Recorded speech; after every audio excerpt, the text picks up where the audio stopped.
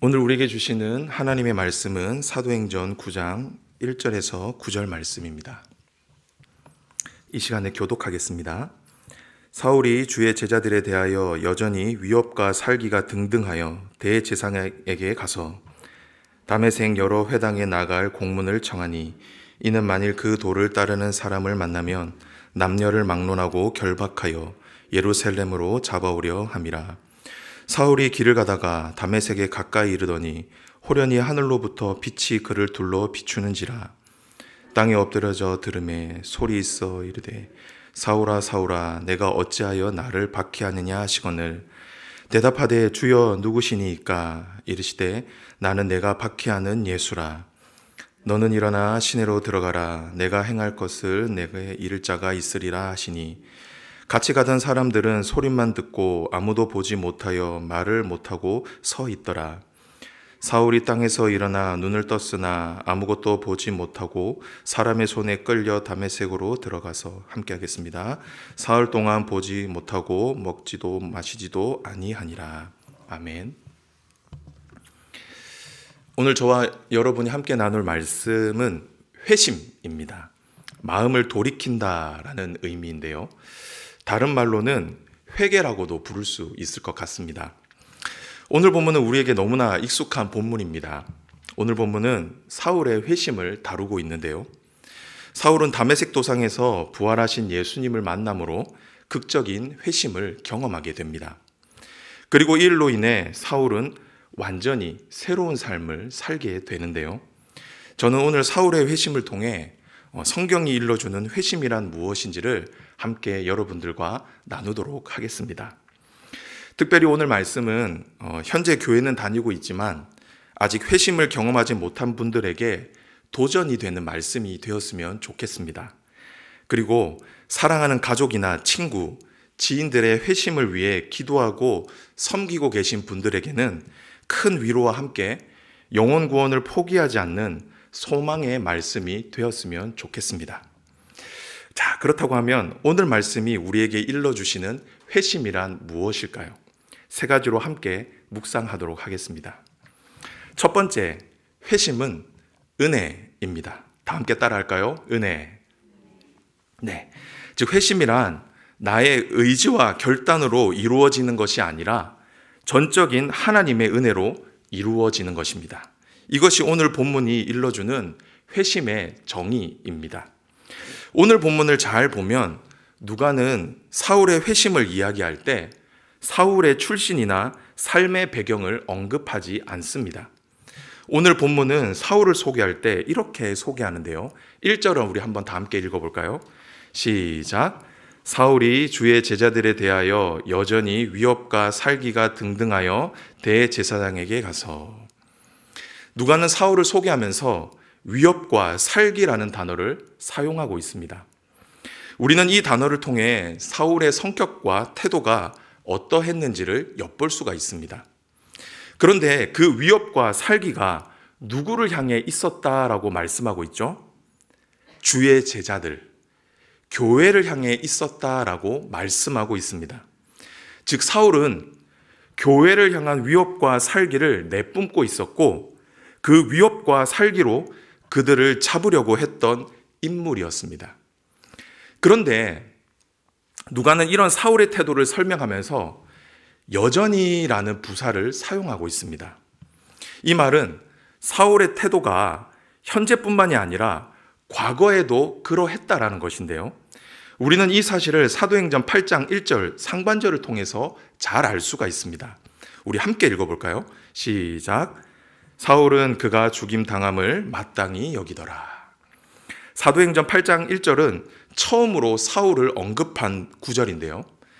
누가는 사울을 처음으로 소개하면서 어떻게 소개하고 있습니까? 스데반의 죽음을 당연히 여긴, 그리고 그 현장에 있었던 사람이었다라고 소개합니다. 그리고 3절에서는 무엇이라고 말씀하죠? 사울이 교회를 잡멸할세 각 집에 들어가 남녀를 끌어다가 옥에 넘기니라. 즉 사울은 처음부터 교회와 제자들을 박해했던 사람이었습니다. 어떻게 보면 초대교회에 있어서 가장 큰 원수였죠. 그런데 이런 사울에게 어떤 일이 일어난 것입니까? 예수님께서 찾아가셨습니다. 3절입니다. 사울이 길을 가다가 다메섹에 가까이 이르더니 호련히 하늘로부터 빛이 그를 둘러 비추는지라.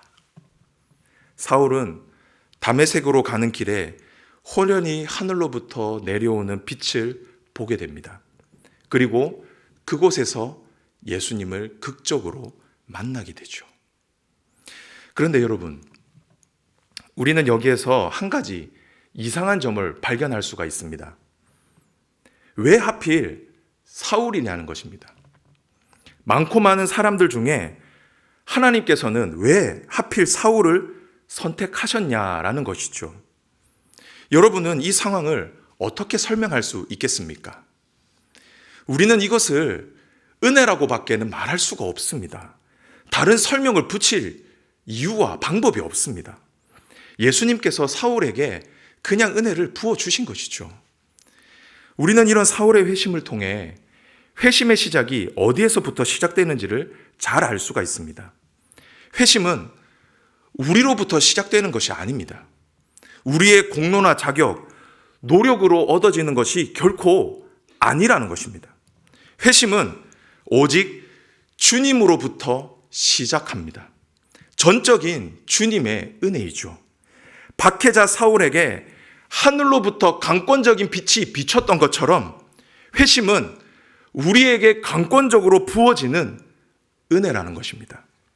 성도 여러분, 우리는 이 대목에서 큰 위로와 소망을 품을 수가 있습니다. 처음부터 교회의 박해자였던 원수 사울에게도 이런 회심의 은혜가 임했다라고 한다면 내 사랑하는 남편과 아내, 그리고 나의 자녀에게도 이런 은혜가 부어진다라는 것입니다. 아직 회심하지 못한 분들에게 회심의 은혜가 부어질 가능성이 열려 있다라는 것이죠. 사랑하는 성도 여러분, 우리의 구원은 나의 노력이나 공로로 주어지는 것이 결코 아닙니다. 전적인 하나님의 은혜요 선물이죠. 에베소서 2장 8절입니다. 너희는 그 은혜에 의하여 믿음으로 말미암아 구원을 받았으니 이것은 너희에게서 난 것이 아니요 하나님의 선물이라. 저와 여러분의 구원은 하나님의 선물입니다. 하나님께서 저와 여러분에게 거저 주신 은혜이죠. 그렇기에 혹시 이 자리에 아직 회심을 경험하지 못한 분들이 계시다고 한다면 이 시간 다른 그 무엇보다 주님의 은혜를 구하시기를 바랍니다. 사울과 같은 자에게도 찾아가셨던 예수님께서 내 삶 가운데에도 찾아와 주옵소서. 주님의 거룩한 빛으로 나를 덮어 주옵소서. 이렇게 간절히 주님의 은혜를 구하시기를 바랍니다. 그리고 혹시 여러분의 가족 중에 아직 회심하지 못한 분이 계십니까? 그분이 여러분의 부모님이십니까? 아니면 남편입니까? 아니면 아내입니까? 아니면 여러분의 사랑하는 자녀들입니까? 혹시 그분들이 아직도 주님을 완강히 거부하고 계십니까? 심지어 복음을 박해하고 계십니까? 만일 그렇다 하여도 영혼 구원, 가족 구원을 포기하지 마시기 바랍니다. 왜냐하면 우리 주님은 그 누구도 찾아가실 수 있기 때문입니다. 그리고 그 누구도 회심시키시고 변화시키실 수 있기 때문이죠. 바라기는 이 사실을 믿음으로 받으시고 가족의 회심을 위해, 여러분이 사랑하시는 분들의 회심을 위해 절대로 포기하지 마시고 더 많이 기도하시고 더 많이 섬길 수 있기를 바랍니다. 그렇게 할 때 우리 주님께서 저와 여러분의 가정 가운데 회심의 은혜를 비춰 주실 것입니다. 간절히 바라기는 사울에게 임한 회심의 은혜가 저와 여러분의 삶에 강력하게 임하길 주님의 이름으로 축복합니다. 아멘. 두 번째, 회심입니다. 회심의 정의는 바로 만남입니다. 다 함께 따라할까요? 만남. 즉 회심은 부활하신 예수님을 인격적으로 만날 때 내 삶 가운데 온전히 이루어지는 것입니다. 이것이 성경이 일러주는 회심의 정의입니다. 오늘 본문에서 사울은 부활하신 예수님을 인격적으로 만나게 됩니다. 4절을 보면 사울은 빛 가운데 한 음성을 듣게 됩니다. 그 음성은 바로 예수님의 음성이었죠. 사울아, 사울아. 이 부르심에 사울도 응답하게 됩니다. 5절인데요. 주여 누구시니까? 이 사울의 대답은 지금 자신을 부르고 계신 분을 향한 손내밈, 영접이었습니다. 그때 예수님은 이렇게 말씀하시죠. 나는 내가 박해하는 예수라. 예수님께서는 사울에게 자신을 숨김없이 드러내 보여주셨습니다. 이렇게 사울은 부활하신 예수님을 인격적으로 만남으로 회심의 길로 들어올 수가 있었던 것입니다. 우리는 이런 사울의 회심을 통해 회심은 살아계신 예수님을 인격적으로 만날 때 가능하다는 것을 알 수가 있습니다. 즉 저와 여러분 또한 살아계신 예수님을 인격적으로 만나야 근본적인 회심이 일어날 수 있다는 것입니다. 반대로 부활하신 예수님을 인격적으로 만나지 못했다라고 한다면 저와 여러분은 진정한 의미에서 회심하지 못했다라고 말씀드릴 수 있다라는 것입니다. 그런데 우리는 여기서 오해하면 안 되는 것이 하나 있습니다. 예수님을 인격적으로 만난다라는 것이 사울과 같은 경험을 반드시 해야 된다라고 하는 의미는 아니라는 것입니다. 인격적이라는 말의 또 다른 말은 개인적이라는 의미입니다. 예수님께서는 사람을 찾아오실 때 그 사람의 삶과 인격에 맞게 개별적으로 찾아오십니다. 그렇게 어떤 사람은 사울과 같은 환상을 통해, 또 어떤 사람은 기적을 통해, 또 어떤 사람은 말씀의 깨달음을 통해, 또 어떤 사람은 일상의 삶을 통해 예수님을 인격적으로 만날 수 있다라는 것입니다. 다시 말해 사람마다 예수님을 인격적으로 만나는 방법과 모습은 다 다르다라는 것입니다. 그런데 중요한 것은 예수님을 인격적으로 만난 사람은 자신이 만난 분이 예수님임을 확신한다라는 겁니다. 어떤 방법이 되었든지 간에 자신이 만난 예수님을 확신한다라는 것이죠. 아, 내가 부활하신 예수님을 만났다라는 것을 확신할 수 있다라는 겁니다. 이전에 교회에 있었던 이야기를 하나 들려드리도록 하겠습니다. 이전 교회에서 저는 하나님을 경험하는 삶, 이 삶공부를 인도를 했는데요. 그런데 그 삶공부를 진행하던 도중에 한 3주째 되었을 땐가 한 집사님께서 갑자기 이런 고백을 하셨습니다. 저는 사실 예수님을 인격적으로 만나지 못했습니다. 학영삼을 하면 돌아가면서 한 주간의 삶을 나누는데 갑자기 그분이 뜬금없이 저는 사실 예수님을 인격적으로 만나지 못했습니다 라는 고백을 하신 겁니다. 이 고백은 당시 상공부에 참여하고 있었던 성도님들에게는 적잖은 충격이었습니다.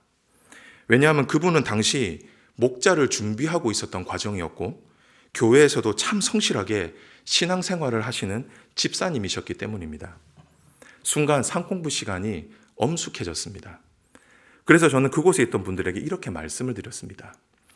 아무개 집사님께서 귀한 고백을 해주셨습니다. 이번 상공부가 끝나기 전에 이 집사님께서 예수님을 인격적으로 만날 수 있도록 우리 다 함께 중보기도 드렸으면 좋겠습니다. 이렇게 이야기를 했습니다. 그렇게 저와 그 수업을 듣고 있었던 수강생들은 그분을 위해서, 그 집사님을 위해서 계속 매주마다 기도를 드렸습니다. 그런데 그리고 얼마 지나지 않아서 성경 공부를 시작을 하는데 집사님께서 말씀을 하시기를 시작한 겁니다. 간증을 하신 거죠. 그 간증의 내용은 지난주에 있었던 세겹줄 기도회를 통해서 자신이 예수님을 인격적으로 만났다라는 것입니다.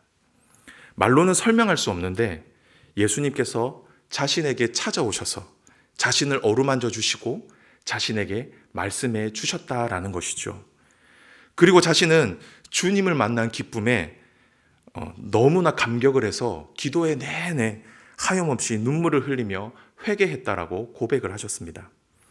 이 간증을 들은 성도님들은 기쁨의 눈물과 함께 살아계신 하나님을 찬양할 수밖에 없었고, 그 상공부는 다른 상공부와는 다르게 비교할 수 없는 은혜의 시간이 되었던 기억이 생생히 납니다. 성도 여러분, 이 이야기는 어떤 특별한 집사님의 이야기가 아닙니다. 이 이야기는 바로 저와 여러분의 이야기입니다. 저와 여러분도 예수님을 인격적으로 만나야 한다라는 겁니다. 저와 여러분이 예수님을 인격적으로 만날 때 우리에게 참된 회심이 일어나게 된다라는 것이죠. 주님께로 저와 여러분이 온전히 돌이킬 수 있게 된다라는 것입니다.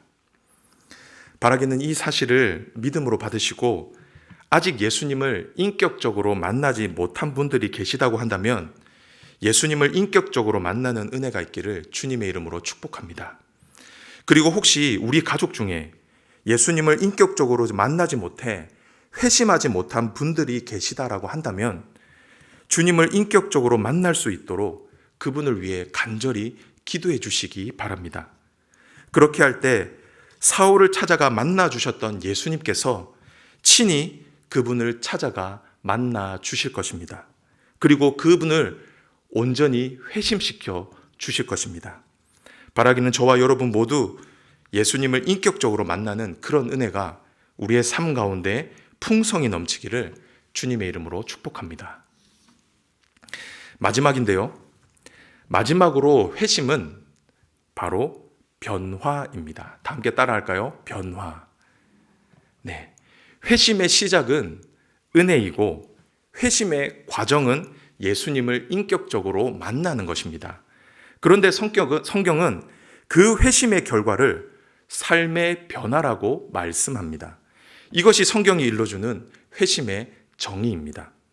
사실 오늘 본문에는 나오지 않지만 예수님께서 사울을 회심시키신 이유는 단순히 사울이 예수님 믿고 구원 얻게 하기 위함이 아니었습니다. 예수님께서 사울을 회심시키신 이유는 다른 것에 있었습니다. 사도행전 9장 15절인데요. 우리 다 함께 한 목소리로 읽어보도록 하겠습니다. 시작. 여기 이르시되 이스라엘 자손에게 전하기 위하여 택한 나의 그릇이라. 예수님께서는 사울을 자신이 택한 그릇이다라고 말씀하셨습니다. 즉 예수님께서 요긴하게 사용하실 도구라는 것이죠. 그런데 무엇을 위한 도구라고 말씀하셨습니까? 예수님의 이름을 전하는 도구, 즉 예수 복음을 전하는 예수님의 그릇이 될 것이다 라고 말씀하셨다라는 것입니다. 우리가 앞서 말씀들을 통해서 살펴보았지만 여러분, 사울이 누구였습니까? 그리고 그가 한 일이 무엇이었죠? 사울은 예수님과 교회를 박해하던 사람이었습니다. 사울은 교회의 원수였습니다. 그런데 예수님은 사울을 어떻게 하셨습니까? 예수님의 종으로 변화시키셨습니다. 이전에는 예수님과 교회를 찌르는 칼로 쓰였다라고 한다면 이제는 예수님의 손에 붙들려 예수님의 복음을 전하는 나팔수가 되어버린 것이죠. 성도 여러분, 이처럼 회심은 우리의 삶에 근본적인 변화를 가지고 옵니다. 회심하기 전에 우리는 나에게 관심이 있습니다. 하지만 회심 후에는 자신에게 향해 있던 관심이 예수님께로 향하게 됩니다. 이전의 삶이 나를 위한 삶이었다라고 한다면, 나의 행복, 나의 유익을 추구하는 삶이었다라고 한다면 회심 후에는 주님을 위하는 삶으로, 주의 영광을 위해서 사는 삶으로 바뀌게 된다라는 것입니다. 이것이 바로 회심한 자의 모습이라는 것이죠. 자, 그렇다고 한다면 왜 우리는 회심 후에 변화가 될까요? 왜 회심의 결과가 변화일 수밖에 없을까요? 그것은 바로 저와 여러분은 회심하는 순간에 다시 태어나기 때문입니다. 새로운 피조물로, 새 사람으로 다시 태어나기 때문이죠. 고린도후서 5장 17절입니다. 그런즉 누구든지 그리스도 안에 있으면 새로운 피조물이라. 이전 것은 지나갔으니 보라, 새 것이 되었도다. 저와 여러분은 예수님께로 돌이키는 순간 새로운 인류, 새로운 사람이 되는 것입니다. 이것이 바로 회심의 능력입니다. 우리는 이 사실을 회심한 사울을 통해서도 너무나 뚜렷하게 볼 수가 있습니다. 오늘 본문 8절과 9절을 보면 사울은 눈을 떴으나 아무것도 보지 못했다라고 말씀합니다.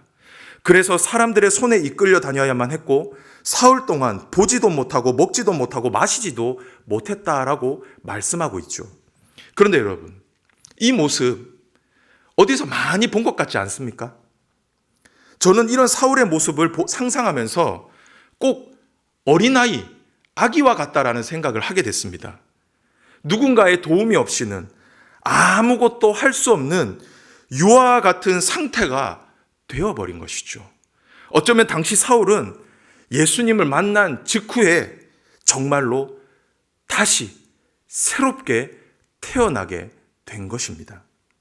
사랑하는 성도 여러분, 분명 회심 후에 우리의 삶이 사울과 같이 급격하게 변하지 않을 수도 있습니다. 만약 사울이 우리의 변화의 기준이라고 한다면 아마 저부터 회심의 기준에서 탈락할 것입니다. 하지만 중요한 것은 저와 여러분이 정말 회심했다라고 한다면, 내가 그리스도 안에서 새로운 피조물이 되었다라고 한다면 작은 변화라 할지라도 내 삶 속에서 일어나야 한다라는 겁니다.